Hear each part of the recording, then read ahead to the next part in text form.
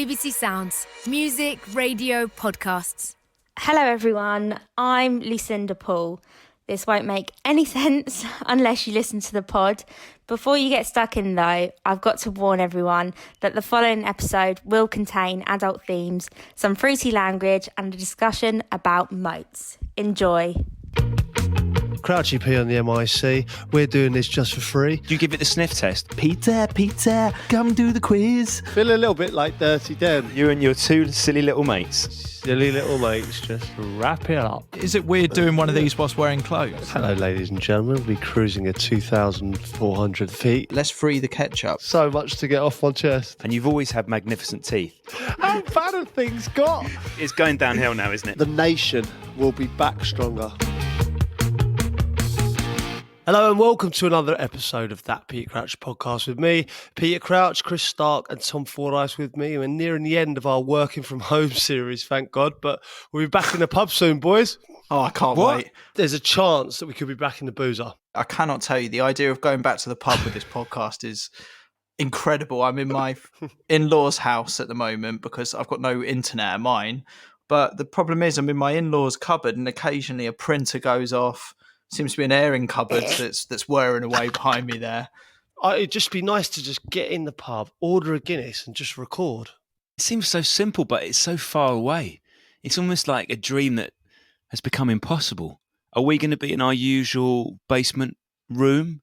I'd say there's more than coronavirus in that room. I totally agree. What we need is a sort of head of infectious diseases, don't we? Yeah. And there's probably someone listening to this. If you are part of the World Health Organization, you're listening to this. If we could borrow you for our first pub visit, just a good deep clean, and I'll feel a lot happier. I shudder to think, if they go with the UV light across it, they just do the UV light all the way across where we've been recording all the podcasts. Oh. Well, you remember, even when there was sort of rumblings of corona, that toilet in particular, we always commented, no soap, handles that you had to both open and close the door with. Do you know what I'd like to see after this COVID? Just a ban on doors. They're kind of unnecessary, I think, generally speaking. Security and privacy, I think, would be the two big red flags there, wouldn't they? Are you going to have an alternative thing instead of a door? Trust. Like a trough or something, or like a moat? A moat? Yeah. A moat would be class, mate. Get a moat installed, stick some crocodiles, piranhas, that sort of wildlife in there. Crouchy, you could have a moat at your house, actually, couldn't you? Down at the front there. Like, do away with the drive and get a proper moat in there, mate. Fill it with some crocs. Do you know what? It's just such a good idea. I'm all over that. Can you imagine? Do you know where I went? I actually went to LA years ago, right? And I went on that the Stars house tour. It was a swimmer. Can't remember his name now. I think he was in the original Tarzan movie. Johnny Weissmuller. I just knew you'd know his name. That's mad, by the way. But carry on. Anyway, this fella's got a house in LA, and he's got a swimming pool moat round his house. One of the best houses up there. It was unbelievable, right? So he's obviously an Olympic swimmer. He was Tarzan, and he's got this. And when I say like deep, it was about 4 meters high, 8 meters deep. Yeah, it's a pain in the arse for delivery drivers and that. But yeah, I quite like the idea that you sort of challenge them a bit more, give them a bit more to the job. Well, it's just that once you ring the buzzer, the drawbridge comes down instead of the door. Yeah. There's no touching doors. Everyone's safe. The drawbridge comes down. I think everyone should now have a moat. Universal Moats for all. Moats for all. Come on. Could you get a quote for a moat at yours? I've got a man for everything. What would it come under? Gardener? Well, it'd be moat, won't it? So you got a swimming pool, haven't you? What about your swimming pool, man? Lucinda Pool. Lucinda Pool. Right, well, last time Claire come up trumps. If I can get a moat, what do I do? Press on with it? 100%. I mean, it's got to be cheaper than the slide that I was going to buy. This is how I always sell anything.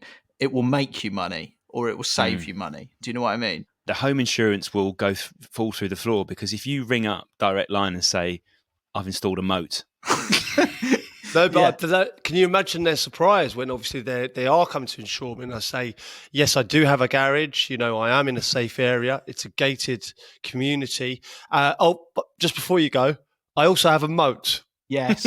Like they'll be all over me. They'll be, you know, do you have a drawbridge? Yes.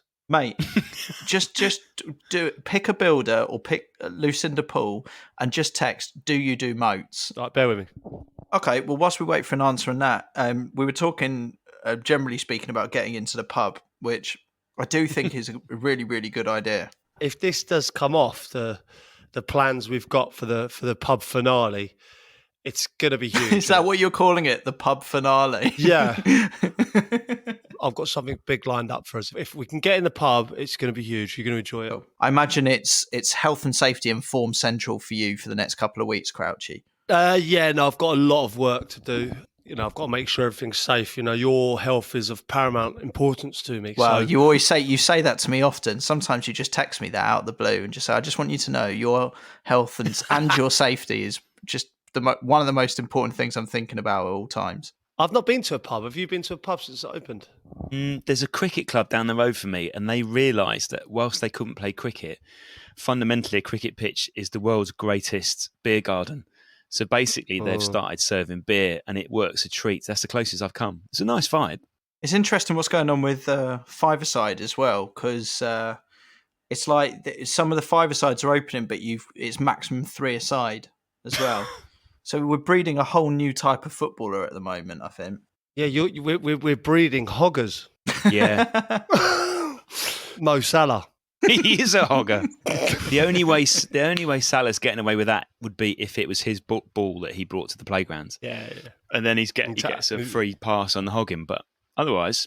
Look, I think we've been sidetracked quite a bit again.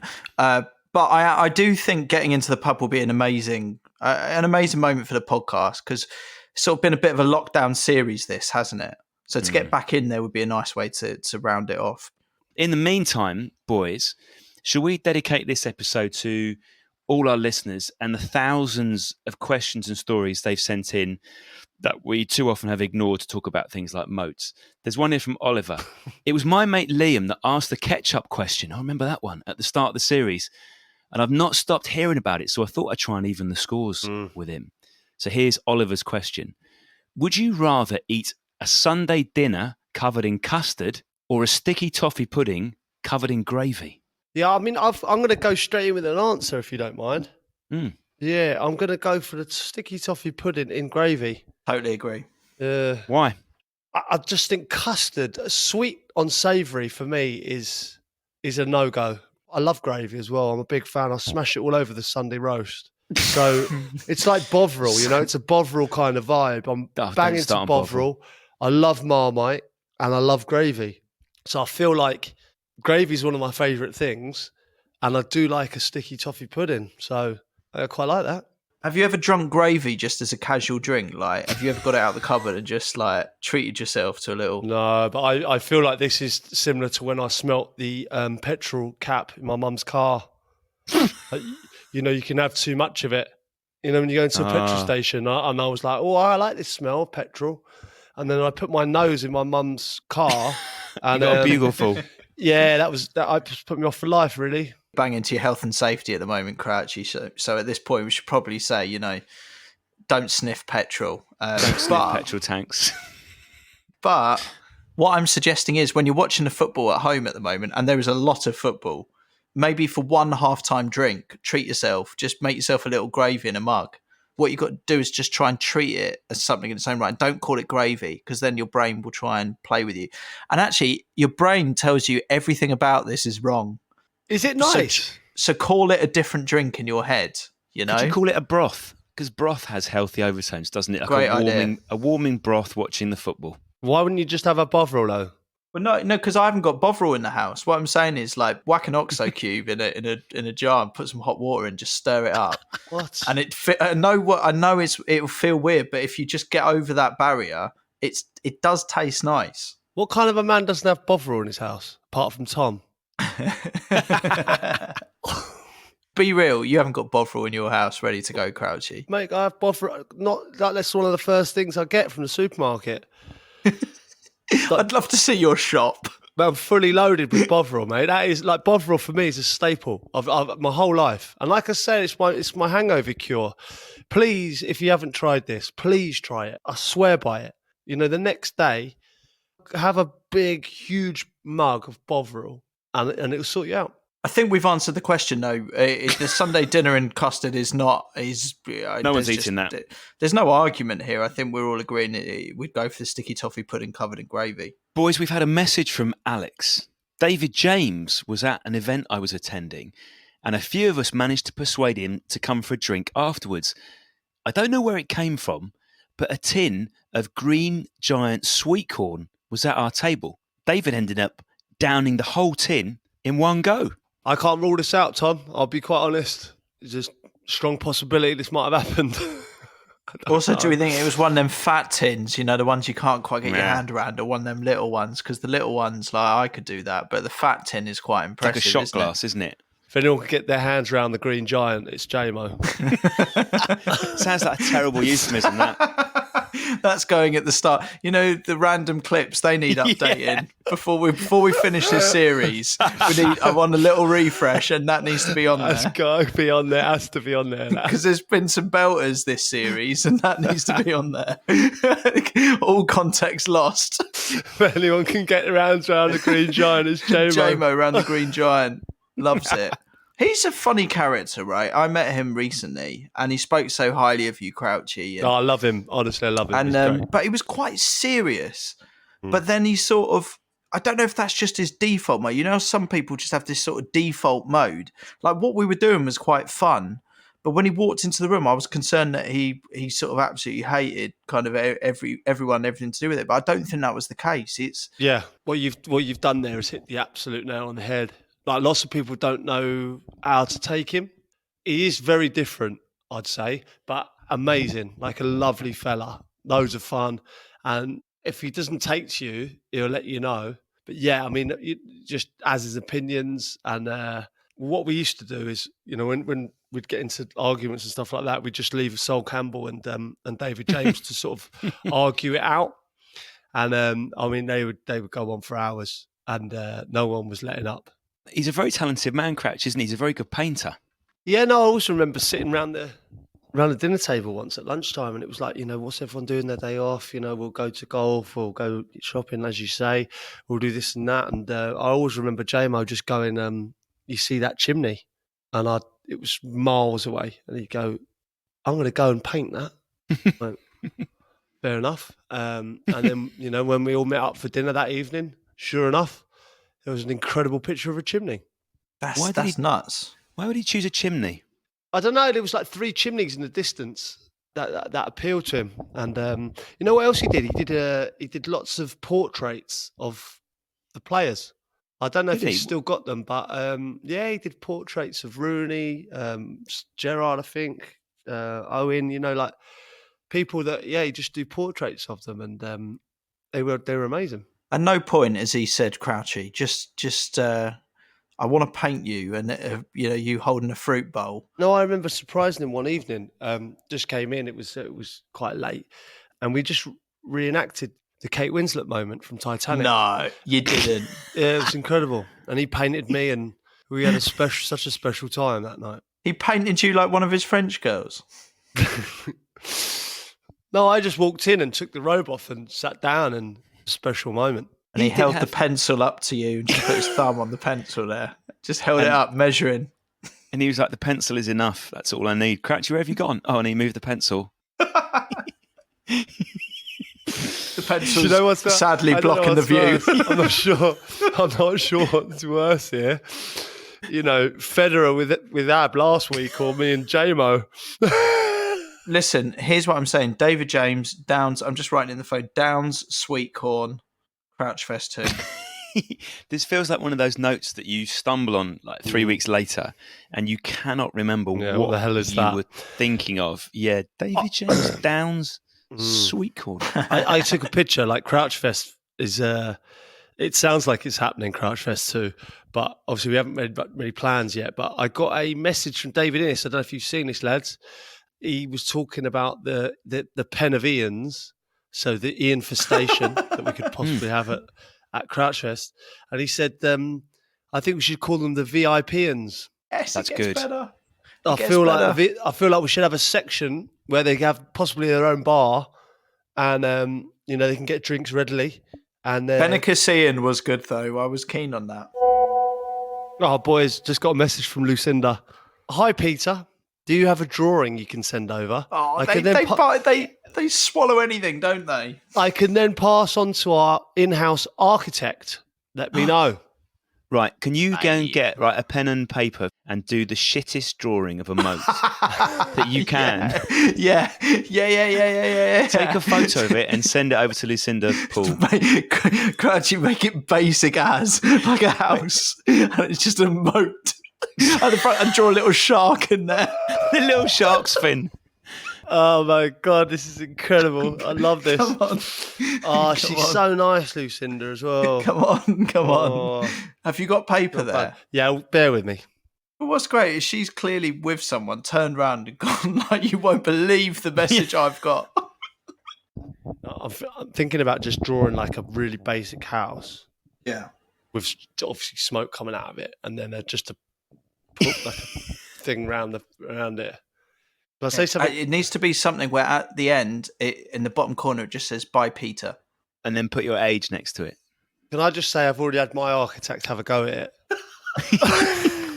Have you got any crayons? Could you colour the moat in blue, and then just so that they don't get it wrong, could you write the word moat and then put a little arrow pointing at the moat? Can you draw a little shark in the moat? Yeah, but I'm on the shark now. Yeah, or maybe someone in the moat that looks like they're about to get eaten by the shark, like a burglar or something. We got to say, my architect's just had a little go at it. That's so much worse than I thought. I like that it's a moat around the whole house. So actually hold it up. What we're seeing here, Chris, is it's on line day 4 paper, and there's a house which is your classic 4-year-old's house, which is a cube with a window in each corner and a little hat roof with a chimney with smoke coming out of it. And the shark is eating a little burglar who's shouting, "Ah!" Maybe just say here's a pic, obs not to scale or something like that. That's amazing. Right, send that off to Lucinda Poole. It goes without saying, we will put this picture on socials so absolutely everyone can see it. Should we get us to do the language warning at the start of this pod? I know it's not a great reward, but it's all we can offer. We don't really have anything else. I just think it's great. I feel like I'm surrounded by good people. We asked Claire to get me to Vanuatu. Bang, she's getting me to Vanuatu. We've asked Lucinda for a moat. Bang, she's trying her best. She's going to get me a moat. It's good. There's good people to surround yourself by. I reckon just send the picture, Crouchy, and let's see what comes back. The way to look at it is, if I want a moat, I can have one. Yeah. That's exactly it, Crouchy. Have you just taken this point in your life? How old are you now? It's at this exact moment Crouchy realised he could have whatever he wanted. Yeah, I'm 30. If I want a moat, I'll have a moat. I'm 39 now. I just said, you know what? Well, it's only just dawned on me that if I wanted a moat, why not? If that's what you want in life, most people put money away for their kids. But instead of that, if I wanted a moat, I'd do that. Crouch going for the spectacular. Oh, what a goal from Peter Crouch! That Peter Crouch podcast from BBC 5 Live. Crouchy, have you got another message? Yeah, I have. I've got one from Dave here, which is a belter. Back in 2007, my phone lit up with a message from a number that I didn't know. It read Mourinho gone.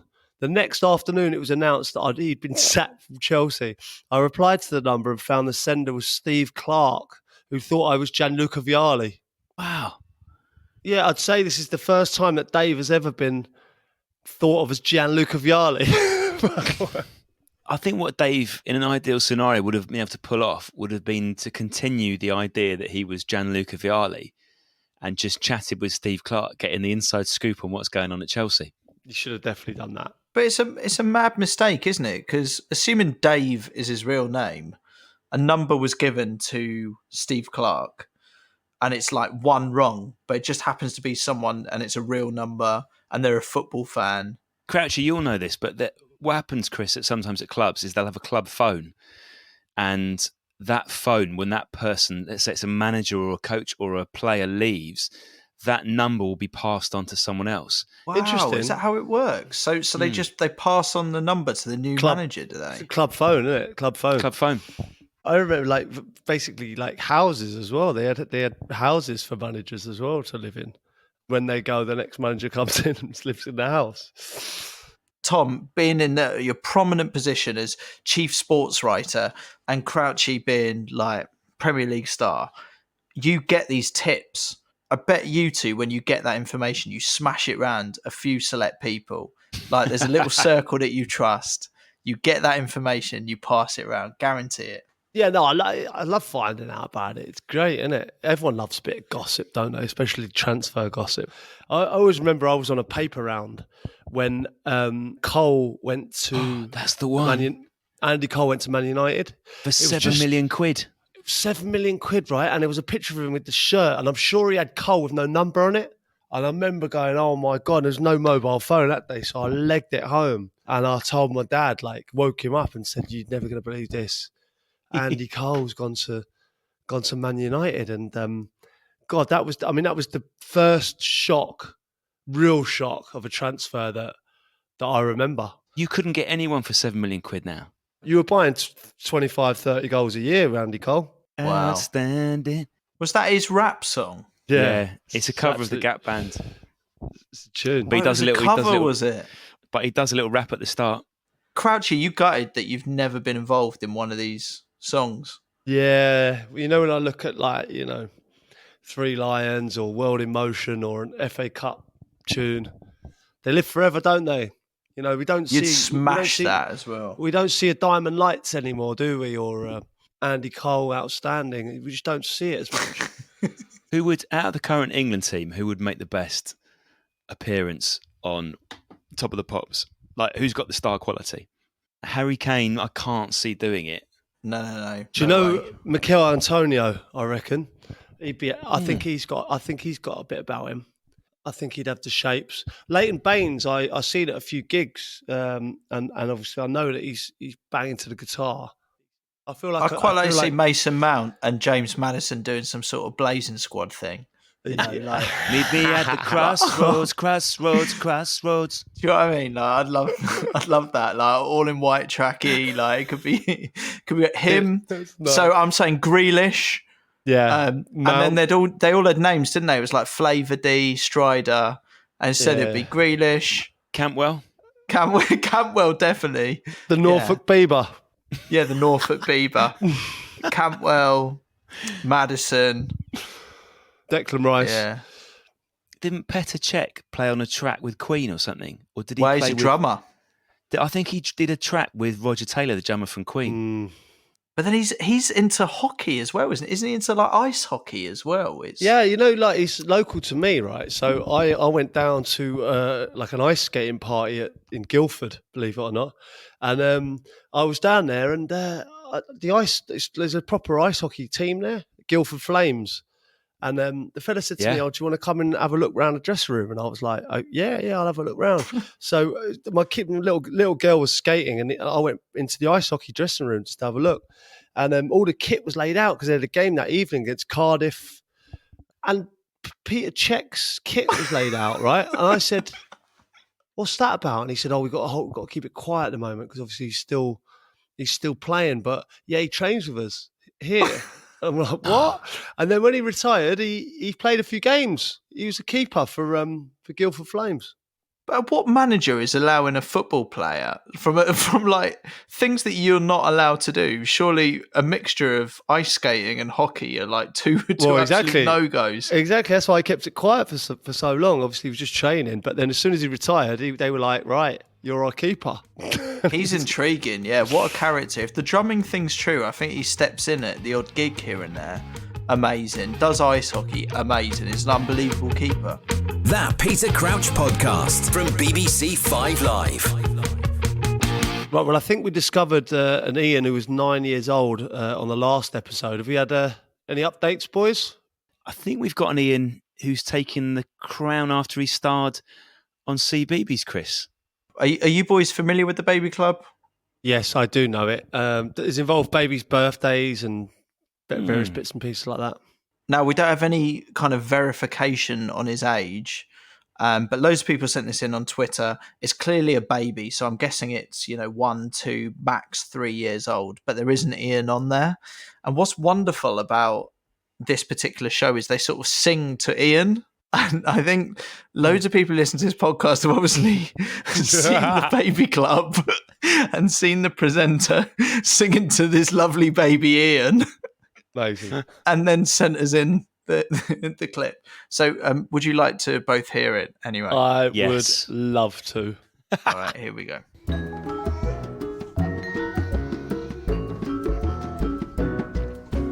Hello, Ian. Join in with our song. Hello, Ian. Hello, everyone. Little baby Ian there. Wow. Hello, Ian. It's so good.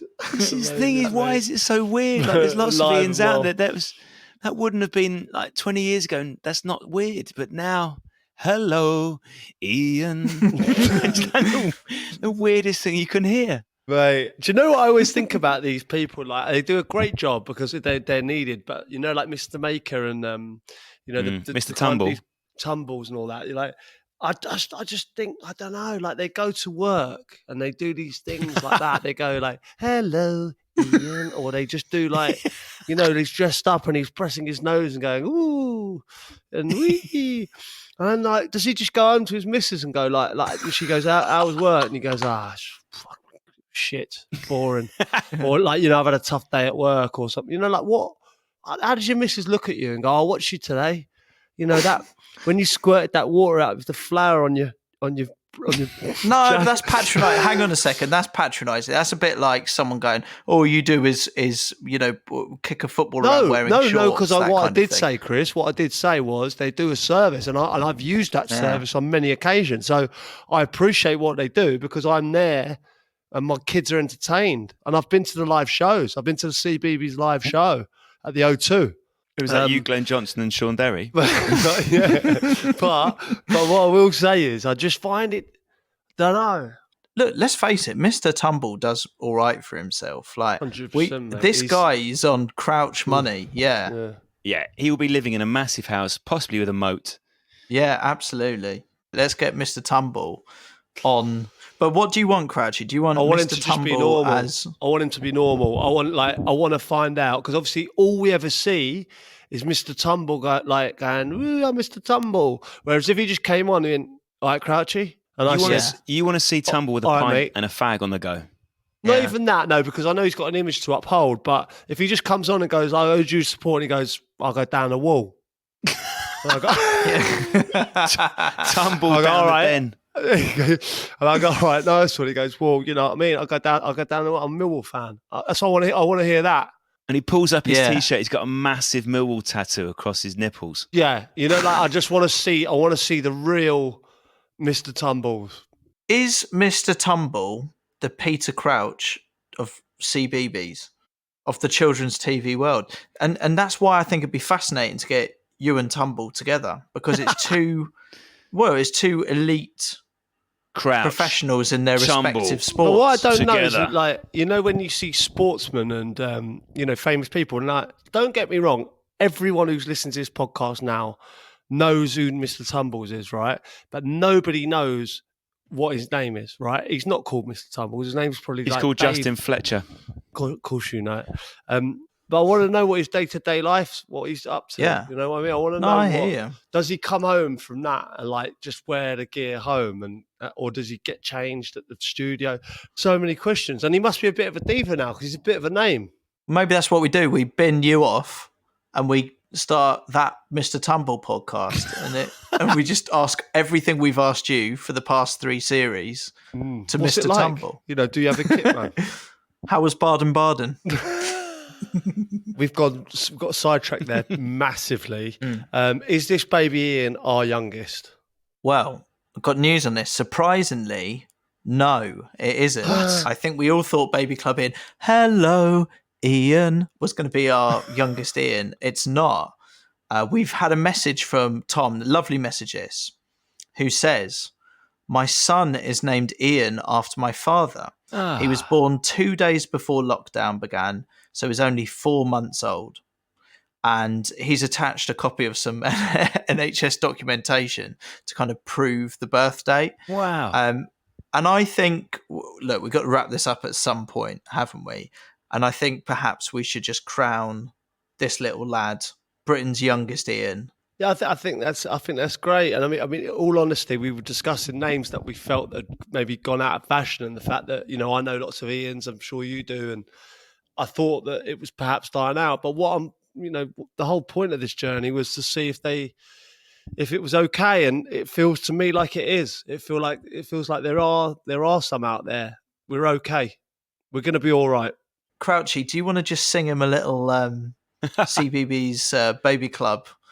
Just for him, they can Great always shout. have. Hello, Ian. Hello, Ian. Lovely, yeah. Slightly sinister. Any updates from Lucinda Poole? I feel like Lucinda's not taking this seriously anymore. What she said? Oh, I've just got 3 laughing faces here. Chris, are we going to have to come clean here? Yeah, I think at this point you should just tell her what's going on. Maybe we get her on. Can we get her on? I'll give her a bell.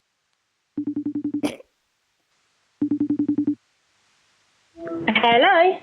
Lucinda. Hi. You all right? I'm so sorry about this. I have to apologise. That's okay. No worries. Did you actually think that I fancied having a moat?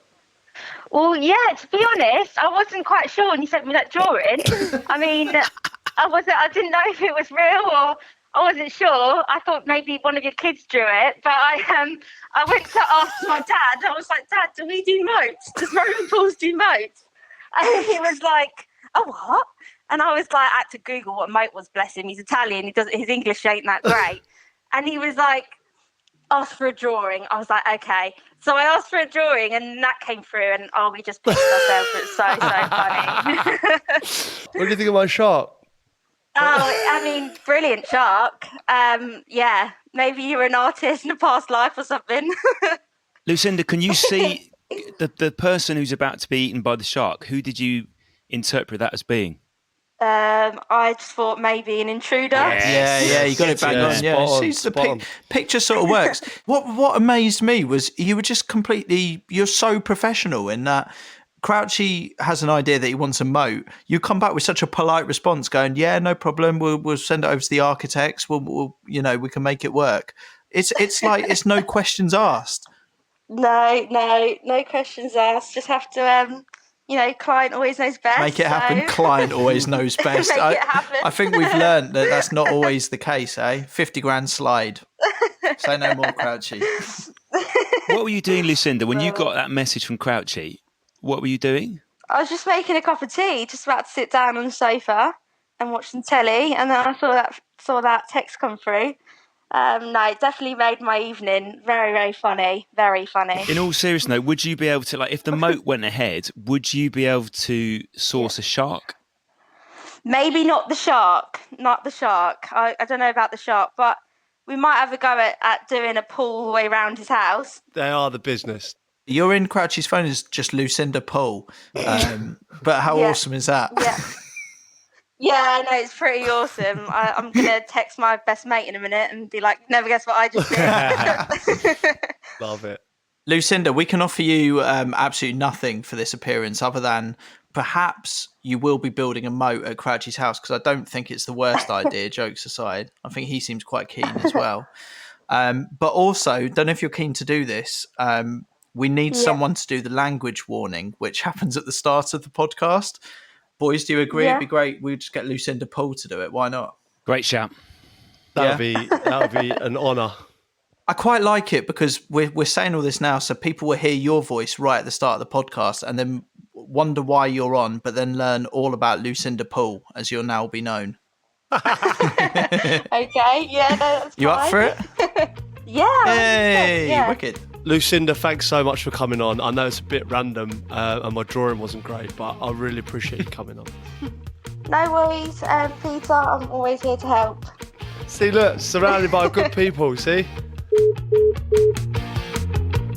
That Peter Crouch podcast from BBC 5 Live. So Crouchy's gone off to fill in all the health and safety forms we need to get into the pub. We're now going to have a little cheeky 2-week gap while we set up our next pod. Here's a little something to keep you ticking over. There's another podcast you can listen to on BBC Sounds, and it's Football Daily. Every day there is a new episode with all the best interviews, access to Premier League players, and reaction to the games that are all so crucial at the end of this season. You'll hear from the likes of Kelly Cates and Steve Crossman, alongside Chris Sutton, Micah Richards, John Murray, Ian Dennis, and so many more.